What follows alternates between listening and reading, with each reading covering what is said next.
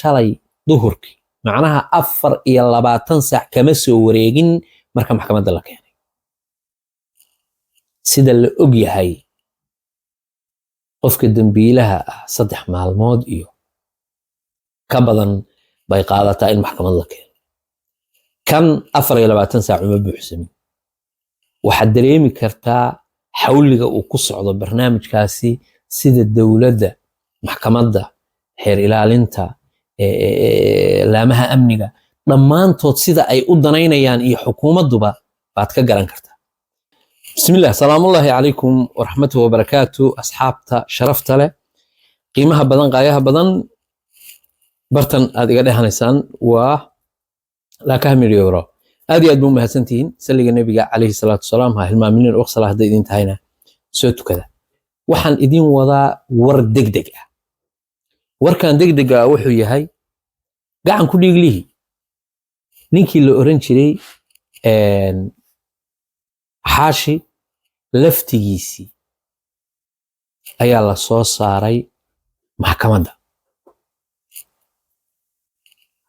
eeg ma jiro qof maanta inta la qabtay isla berri maxkamad la soo taaga aad iyo aad iyo aad iyo aad bay u yartahay arrintaasi waa fal laga fursan waayey dedejintiisa iyo xaaladiisa iyo macnaha waa arrin laga fursan waayey in si degdega loo soo taago maxkamadda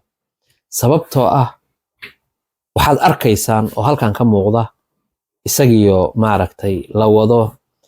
isagii oo ma garanaysayay looyarkiisii wixiisii isla xali baa loo diyaaray macnaha ninkan waxaba la qabtay shalay duhurkii markii la qabtay maba loo kaadinba sida aad arkaysaan baabuurka dhinaciisa dadka la taagani waa looyarkiisii iyo dadkii isaga u doodayay sababta oo ah waxaa laga yaabaa in maskaxdaada ay ku soo dhacdo sidee ninka falka noocaasa geystay looyar u heli karaa xaq buu u leeyahay markii dhinac dowladeed la eego xaq buu qofku wuxuu u leeyahay inuu looyar helo ninkan marka falka uu geystay fal yar maaha kiiska loo haystaana kiis sahlan maaha waa kiis aad u ballaaran oo mug iyo miisaan leh kiiskani kuma koobna 3 gabdhood oo u dilay keliya waxa loo haystaa dembi ka weyn oo ay ka mid tahay inuu intuu dembi geystay isbedelay isagii muuqaalkiisii bedelay dhuuntay oo cararay oo dowladda ka fakaday dembiga loo haysta waxaa ka mid ah kiiskan keligii kuma aha ummad badan buu cagaha la galay meelo badan buu galay dad badan buu galaaftay oo ganacsigooda iyo hawlahooda iyo waxooda isaga jiray keligiis maaha waxyaabaha la yaab kale waxaa ka mid ah markuu falkan fulinayay ninkani in uu ahaa nin arrimo badan maray marxalad badan maray bal qof dadkii uu dilay hooyo waris oo kale allah u naxariisto gabdhahaas iyo intii kale oo ku lug lahaaba way soo bixi doonaan kolba hooyo waris lugteeda gacanteeda waxa laga helay meel gaara meydkeeda meesha laga helay iyo lugteeda meesha laga helay imisa kiiloomitir bay isu jiraan waa 2 magaalo gabdhihii kale uu dilay gacmahoodii magaalooyinka laga helay iyo meydkooda meesha laga helay macnaha ninkan meelo uu waraabayaal ruwaayo iyo wax ku ogaa uu islahaa ha cuneen buu ku kala tuuray laakiin bini aadan baa jooga war halkan gacan baa taal baa layidhi dowladdu gacantii bay soo qaaday cisbitaalkaa la keenay waxay noqotay meydadkii in laysla raajo gacantan gabadhaanaa lahayd maya gabadhaanaa lahayd macnaha arrintaas bay horta kiiska loo haystaa ninkaan aad u jeedaan baa maxkamadda lagu saaraya sababta marka kalifaysa in maxkamadiisa laga dhigo eeg tani waa hordhac weli go'aan kama soo bixin waa ninkii maxkamaddii la sii gelinayo waa ninkii maxkamaddii la saarayo waa isagoo baakinka maxkamadda taagan waa isagoo looyaradiisii la socda nimankii sirdoon baa ninkan soo qabtay sirdoonkii ay la socdaan ilaa hadda laamaha amniga qaybta booliska iyo dhagax gacanta lagama gelin jacfac dhac lama siin ma fahmaysaa laakiin sida la og yahay qaybta asluubta buu maanta wixii ka dambeeya ku wareegayaa laakiin hadda waxa keenay waa sirdoonka eedda waxa wadaa waa sirdoonka xeer ilaaliyihii iyo madax badan oo Soomaaliyeed baa la socda xeer ilaaliyaha guud ee qaranka Kenya baa la socda ajaa'ib marka ninkan dembiga loo haysto inuusan yarayn ee dembi weyn yahay oo ku weyn dhinaca dowladda Kenya macnaha inuu dembi weyn yahay inagu waynu qirsannahay oo Soomaali ahaan dembigii ugu weynaa oo dad muslimiin laga galo buu galay 3 gabdhood oo waxba galabsan buu ninkani jarjaray oo dilay si kasta ay ahaataba xariifkan marka ama ninkan dilaaga ah oo gacan ku dhiiglaha ah oo falka foosha xun geystay dembigiisa waa dembi dowladda Kenya ay gaara ku eegayso sidaa daraadeed waxay kaliftay shalay duhurkii macnaha 24 saac kama soo wareegin marka maxkamadda la keenay sida la og yahay qofka dambiilaha ah 3 maalmood iyo ka badan bay qaadataa in maxkamad la keeno kan 24 saac uma buuxsamin waxaad dareemi kartaa xawliga uu ku socdo barnaamijkaasi sida dowladda maxkamadda xeer ilaalinta laamaha amniga dhammaantood sida ay u danaynayaan iyo xukuumadduba baad ka garan kartaa innaga shacabka Soomaaliyeed heerka ay inaga taagan tahayna waa garan ka dhaan si kastaba ha ahaatee gacan ku dhiiglihii maxkamaddaasa la saaraya in salaamay fiideo waxaan u duubayaa dhammaan dadka Soomaaliyeed ee wadankoodii wadankan ahayn degan loo shaqeeyo shaqaalayaasha u joogaan guryahana dadku aad bay isaga yar yihiin haddaadan caawa gabadha yartaa ee la dilayo cabaadkeeda aadan maqal oo aadan dhageysan hadda kadib ilaahay kuma tuso insha Allah khayr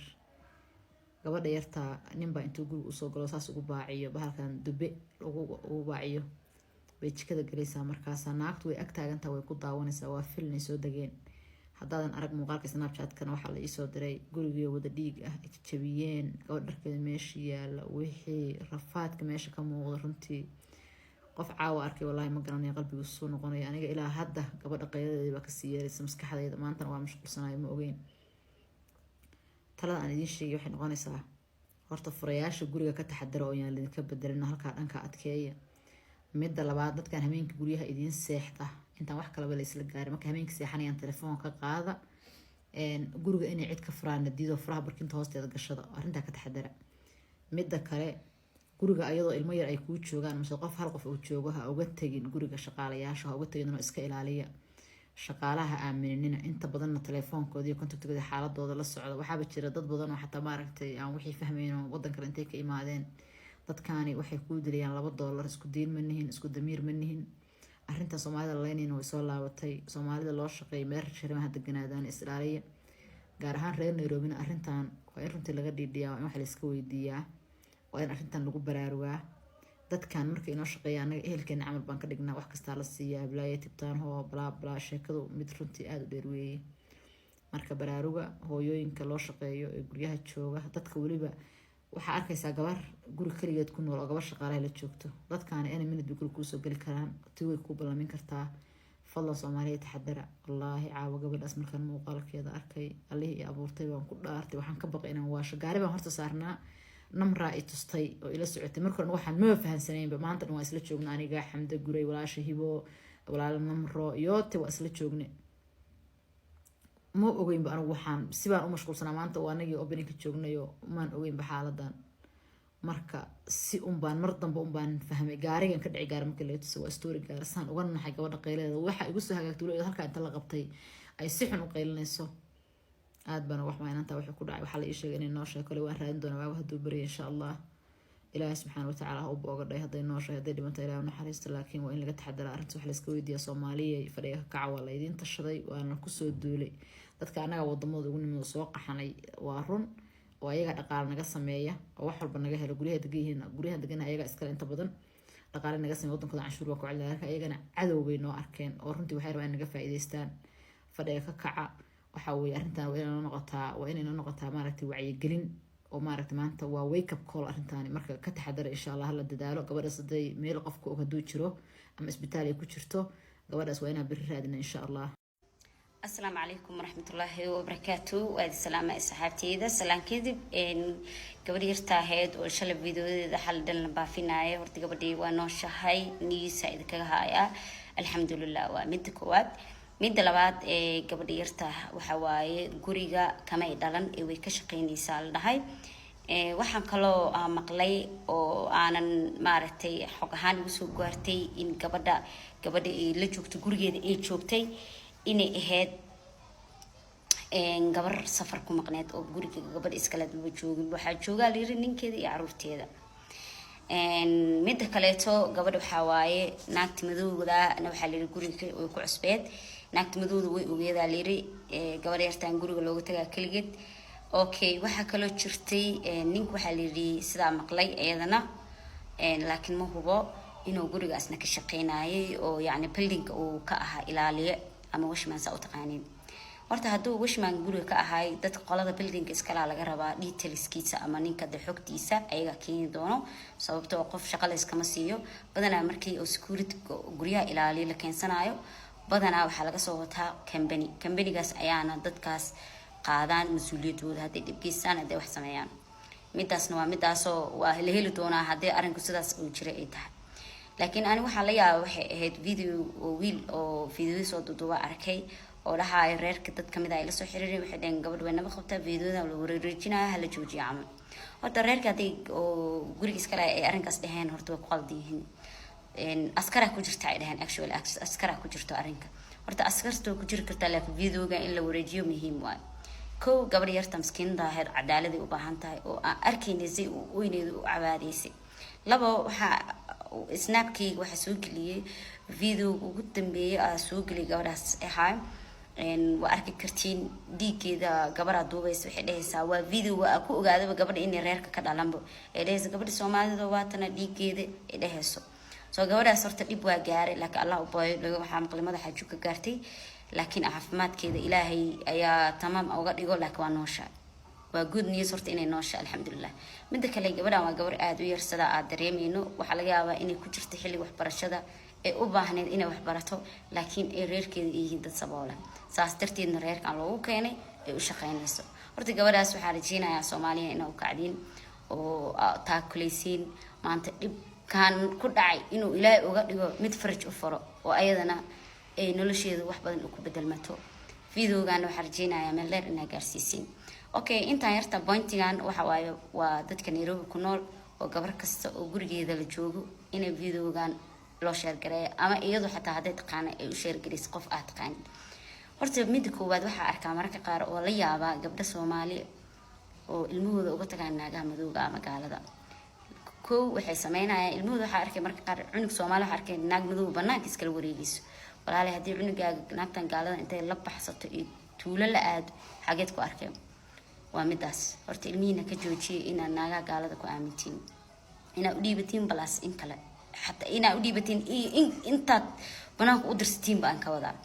أوكي بوينتي كلاك هلا واحد هاد كورنيس كاميرا أي بحسين ورد نيروبي دن كاميرا كحيرا فرنت تاسواي لكن كاميرا ذا نمو الباب انتو أودو كحرتها نمو الباب هدو أودو نوو حيرا لا سوتو نيروبي والي قانا أبني جيدا دنك حديث ناكتو تحقوق سمين الحبيب بوغو داري كرتا هادو كور واحد ستين شيكا كشيكي هاد كبر أو أني يقو سميس أنا وياغا أوركلاي أنا وقوري عنتقن لغا كرن أو أياد بس لي عنتقرست inta balkoonka tagtay ku soo qaaday baldi ee sinkiga alaabta lagu dhaqay ee ugu shubaysa indhahayga ku arka oo Ilaahay uu ogiyaa ka sheekay kor waa ogeedeen soo aniga qof ma aaminaba hadan qof aaminayna qof muslimna aamina ma qof gaala ma aaminaya qof Soomaali aamina midda kale to ugu dambayso pointi ugu dambeeya ka hadlayo waxay tahay horta Nairobi xaaladeeda ma sha Allah Ilaahay horta nuga amaansada laakiin ma fiicnayaan ta had maalin walba waxa imaanayo mowduuc cusub horta la ilaaliyo Soomaaliya waa la soo dhigtaa la ilaaliyo teeda kale ta waxa waaye gabdhaha isliik ku nool waxa rajeenaya gurihiina safety-giisa Ilaahay baa haayo laakiin waxa waaye wax aad u fudud waay qof dooro inuu gurigaaga soo galo iska soo galaa hadda ani maanta gurigeyga hadoo rabo qof inuu soo aado albaabka nimanka joogo isoo wacayaan haddii qofkaas is garanayn oo reerkayga kamid ahayn waxay dhahayaan qof ma kuu soo socdo haddii oo alaab iyo wada delivery ma kuu jiro no hadaa no waa soo gudbaayo inkastoo still Africa taa meeshaan ma fahanteen mid kale aniga lottery xariista ilaahay lottery inuu isoo bixiyo igu duceeyo because ani gabadhay meesha waa rabnabo meesha ma rabnabo ma fahanteen dad baa dhihi doonaan gabdhaha maxay kugu shaqeeyaan yes Kenya darbiga loo shaqeeyaa darbi hadaa u shaqeysid waa inaad shaqeysataa haddii kale banaanka aad seexanin soo hooyooyinka ku nool waa single mother anoo kala single mother anoo kala iyo kuwa nimankooda waxba haysan iyo kuwa nimankooda iyaga iska kaashadaan oo ninkooduna shaqeeyo ayaguna shaqeeyaan iyo kuwa familygooda u shaqeeya ayagoo niman qabaan because ninka adoo ku qaba reerkaaga ma qabo waxa laga yaabaa inuu awoodin reerkaaga iyo adiga inuu wada biilo soo taasna meesha waa taala duruufaha danta ayaa dad badan wax meel walba gelisa ogaada taas هذا اللي رأس كسوق قرتين وح معنا مكينايو ما فهمتين قبل سيرتنا هلا قعد فيديو أنا مال إرها اللي جالسيو وهذا السلامة يا صاحبتي إذا قرح بدنا لي بيجي وحق لا سو قد بونا هذا ما يدي شيء دونا إسناك كنا بدنا يدي سو قلنا دونا وسلامتي سيدا على أركيسان با وحي كالصوب محكمتنا إن شاء الله وأول جملة مقال كاسان على سينا إذن لو ذاقو إن شاء الله هو قول وحيد كيتقيا سلام الله عليكم ورحمته وبركاته نبت قلينا بدينا إنه لكل تدورسن إيوارسن